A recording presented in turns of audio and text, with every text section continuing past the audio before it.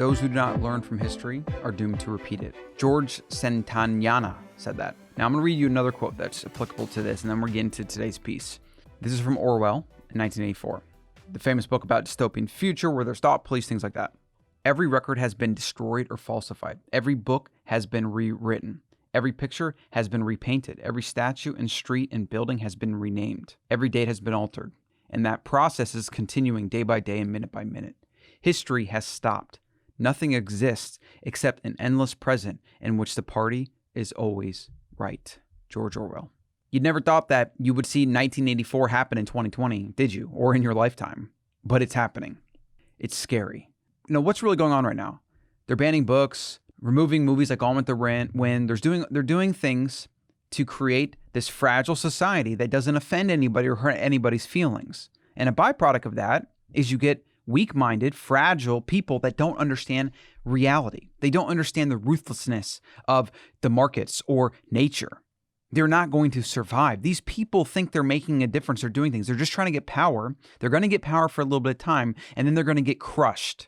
In a way, I'm not actually trying to fight these people. I'm trying to protect them. I'm trying to save them from their own stupidity. When we ignore history, we will repeat history. And you see this even when, we know what's going on with history. Even when we pay attention to history, human nature itself repeats because people forget. They don't remember how hard it was. And that's why you see even in today, every 10 or so years, we have some major market correction. And then people tighten up. And they print some money. They try to do all these things. And then people go into debt. They slowly forget the lessons of the past. They slowly forget that they should be saving money and have an emergency fund and doing all these things.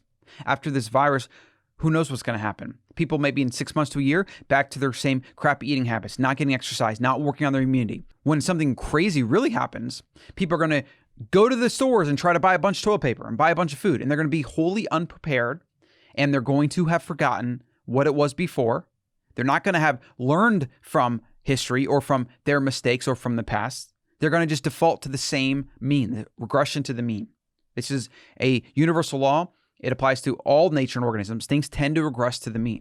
And if you're somebody that's generally not prepared, that doesn't think about these things, that's not aware, you have bad ideas, dogma, you let the algorithms manipulate you, fall victim to propaganda, you get shamed into silence, etc., you'll keep doing that. And if we continue on this path, letting these select few people that are trying to grab power for themselves, that are trying to get people canceled, and they're trying to silence people, and they're trying to make this world this safe, utopian, perfect place where there's no wrongdoing or injustice or anything, these people, if they continue what they're doing, is going to destroy our society. It really is. We need to understand these concepts. And that's why a lot of what I'm doing now is trying to bring awareness to this so that the individual can challenge him or herself. And so that those of you that know what truth is and know bad ideas when you see them will be willing to speak up and challenge them. That's what we need. We need to challenge these bad ideas. We need to challenge dogma. We need to challenge these people that are trying to take control. That's the only way we're going to keep things in check and have it a balanced, evolving society rather than a devolving one. So there's something known as the Dunning-Kruger effect. It's a cognitive bias in which people with low ability at a task overestimate their ability. So for example, you have something like 80% of people think they're above average drivers. Like if you do a polling, right? 80% or more think they're above average drivers, even though it should be 50% if it was the reality, right? And so you see a lot of these different things and research done where people just think they're better at things, think they know more, think they're smarter than they are. Humans are not good at spotting our blind spots and our weaknesses. We succumb to dogma and groupthink and all these different things. It's why we've had such a bloody history. And it's why we likely will continue to have a bloody history moving into the future, because human nature does not change. Technology changes, times change, sentiment changes, things that are acceptable now, social mores, these things change. Humans do not. And that's why we repeat a lot of the same mistakes. That's why this quote, history repeats itself, is even a thing. It's because humans are the same. We're the same as our 12,000 year ago ancestors that just started coming out of nature and started building things and growing and farming and doing these different things. Human nature is a hard thing to overcome. And no other species in the animal kingdom wins the award like we do. We win this award where we kill more members of our own species than any other species. Let that sink in for a second. And then Understand that it's a result of tribalism and dogma and primal urges and things that kept our ancestors safe when we were in the wild and it was a small amount of us and we were kind of growing population, to now today where there's 6+ billion people and we're in these cities and we have connection through internet and all these different things.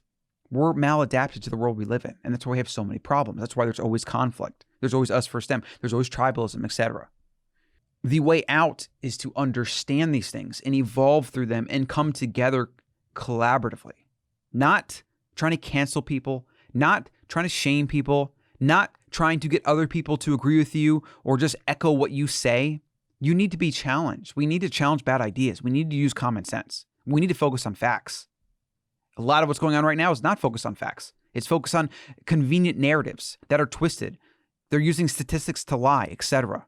I know it's a lot. It's a lot here. I just want this to be a warning and, be willing to stand up for what you believe in. That's the number one thing. There are a few ways that you can take action. These are some of the ways that I'm taking action. Okay. So maybe you can use some of these in your own life, or at the very least, just becoming aware to this and becoming aware to the dogma that if we don't challenge people, we don't keep them in check and we let bad ideas flourish, we will continually crumble our society. We really will. Things that I'm doing. Call out dogma, bad ideas, and half-truths. Call them out. Challenge them. Stand up for what you believe. Challenge statements and request facts to back them up. Use more questions. Educate yourself. Read more important works. Understand history. Become self-reliant to protect your family. That's a big one. That's where really everyone should start right now. Personal responsibility, self-reliance. Buy some cryptocurrency. Buy some gold.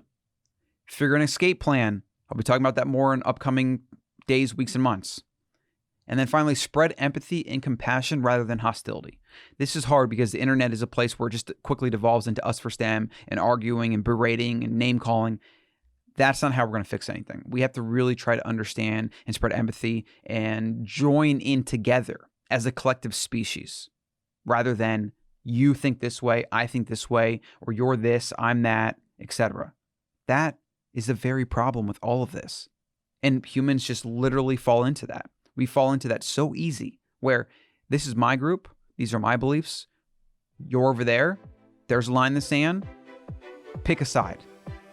That's the danger. The danger of trying to pick a side is how we're going to further widen that gap. It's going to destroy life as we know it.